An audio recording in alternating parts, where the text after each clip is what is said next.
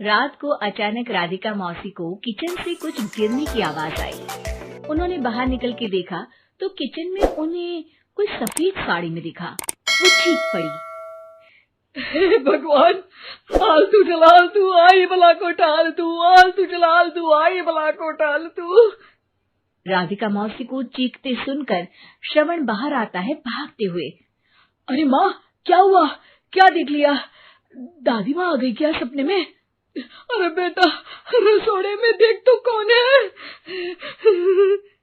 श्रवण रसोड़े में झांक कर देखता है और उसे कोई नहीं दिखता अंदर। अब रसोड़े में तो कोई नहीं है माँ। कोई सफेद साड़ी में नहीं है क्या?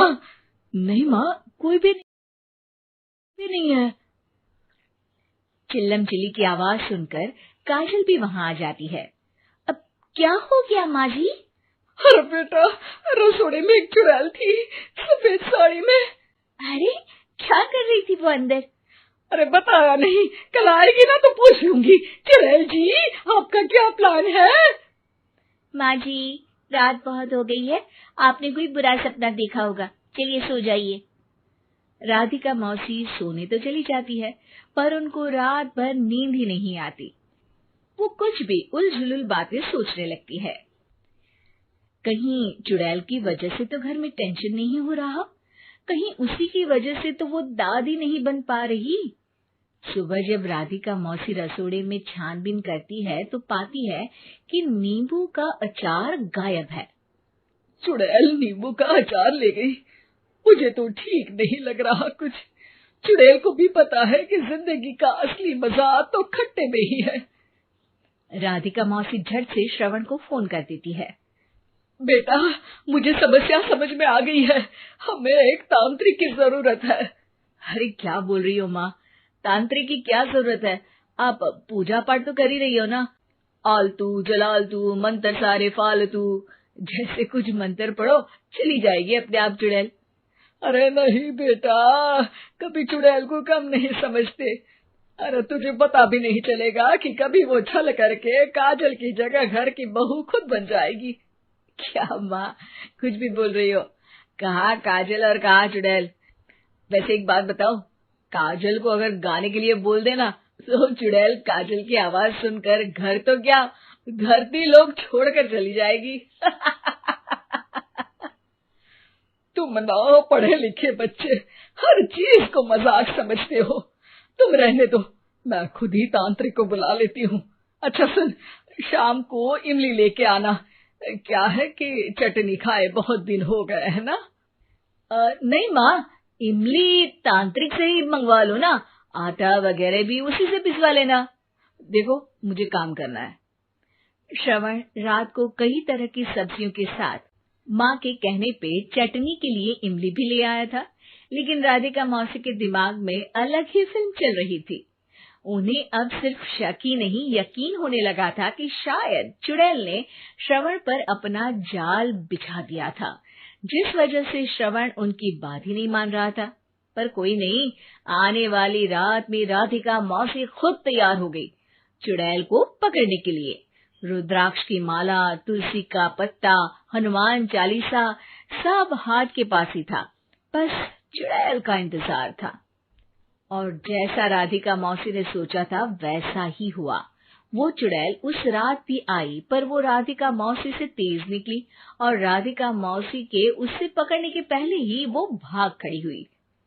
जरूर बहू पे साया है उस चुड़ैल का, तभी तो श्रवण के कमरे में गई है। और अगली सुबह राधिका मौसी पिछली रात हुए हमले में किन चीजों का नुकसान हुआ उसका हिसाब लगा रही थी।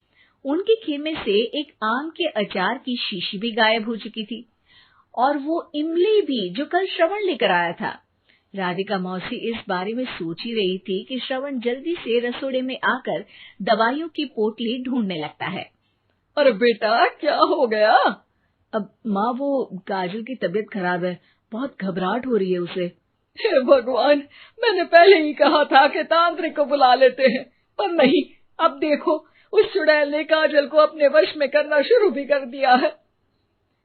हालांकि श्रवण भूतों में विश्वास नहीं करता था, पर अब वो भी डर जाता है और राजी हो जाता है एक तांत्रिक को बुलाने के लिए।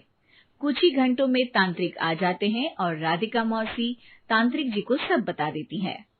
घोर संकट, घनघोर संकट, चुड़ैल को मारू जोर चाकट, ओम भट स्वाहा खटखा के आहा। अरे ये क्या मंत्र है? मेरे खुद के ओरिजिनल मंत्र है, कल रात को ही लिखे हैं, अच्छे लगे तो दाद चाहूंगा।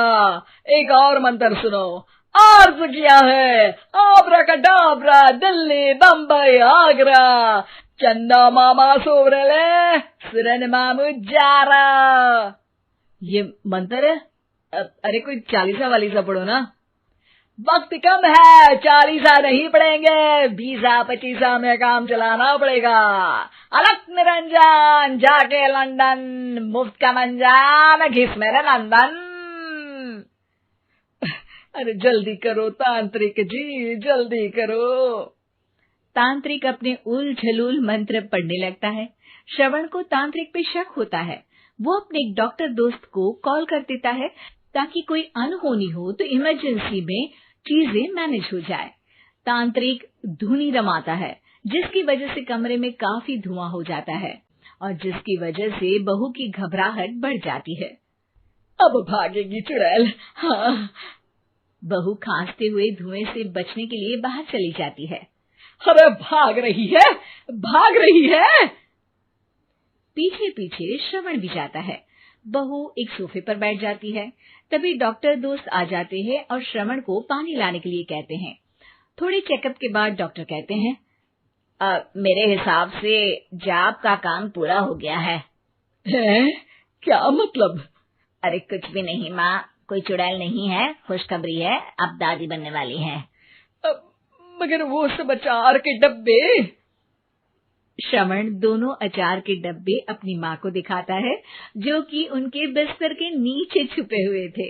आपने सही बोला था माँ, वो चुड़ैल काजल ही थी जो खट्टा खा रही थी। हमें कल ही पता चला, पर हमने आपको ये तांत्रिक वाला काम करने दिया ताकि आपको भरोसा हो जाए कि भूत वगैरह कुछ होता ही नहीं। अच्छा अच्छा, ये तो बड़ी खुशी की बात है, पर बेटा मुझे एक झाड़ू तो ला दे। क्यों माँ? ये तांत्रिक का भूत उतारती हूँ मैं। अब तांत्रिक राधा मौसी के डर से घर से भाग निकलता है और राधा मौसी उसके पीछे भागती है। अरे संकट ये घनघोर है, तांत्रिक मुआ चोर है। बेटी एक बार चल के लड़के को देख तो लो, मेरा दावा है कि लड़का तुम्हें बहुत पसंद आएगा।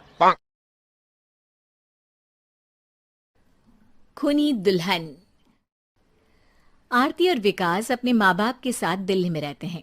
जर्नलिस्ट होने की वजह से विकास को बहुत बार काम के लिए देर रात तक ऑफिस में रहना पड़ता है, जिस पर ज्यादातर आरती जागकर उसका इंतजार करती रहती है। इसी तरह एक रात आरती विकास का इंतजार करते हुए घर की बालकनी में खड़ी होती है। इनकी जॉब तो जैसे मेरी सौतन बन गई है। मुझसे ज्यादा उसी के साथ टाइम स्पेंड करते हैं और हम यहाँ इंतजार करते हुए मर जाएं।